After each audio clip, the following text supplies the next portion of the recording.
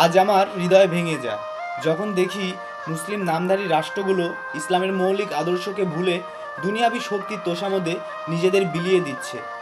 সম্প্রতি সংযুক্ত আরব আমিরাতে ডোনাল্ড ট্রাম্পের সম্মানে এক অনুষ্ঠান অনুষ্ঠিত হয়েছে, যেখানে নারীরা খোলা চুলে নাচের মাধ্যমে তাকে স্বাগত জানিয়েছে।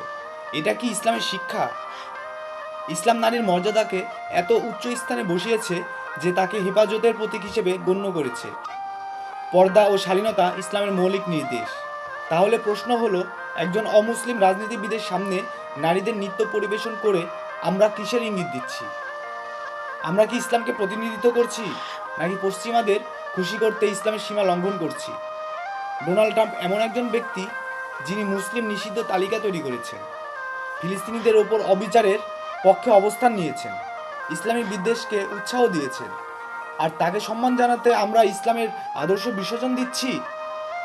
এটা কেবল রাজনৈতিক ভুল নয়, এটা একটা আধ্যাত্মিক বিপর্যয়। যখন ইসলামী ভূখণ্ডে ইসলামের নামধারী নেতৃত্বে এমন অপসংস্কৃতি প্রচার হয়, তখন আমাদের চুপ করে থাকা অপরাধ। আসুন আমরা আল্লাহর পথে ফিরে আসি।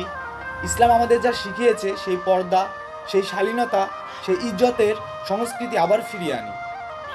পরিচয় যেন আর বিলীন না হয় এই দুনিয়ার অন্ধ অনুসরণে। আল্লাহ আমাদের হেফাজত দান করুন। আমিন। ধন্যবাদ।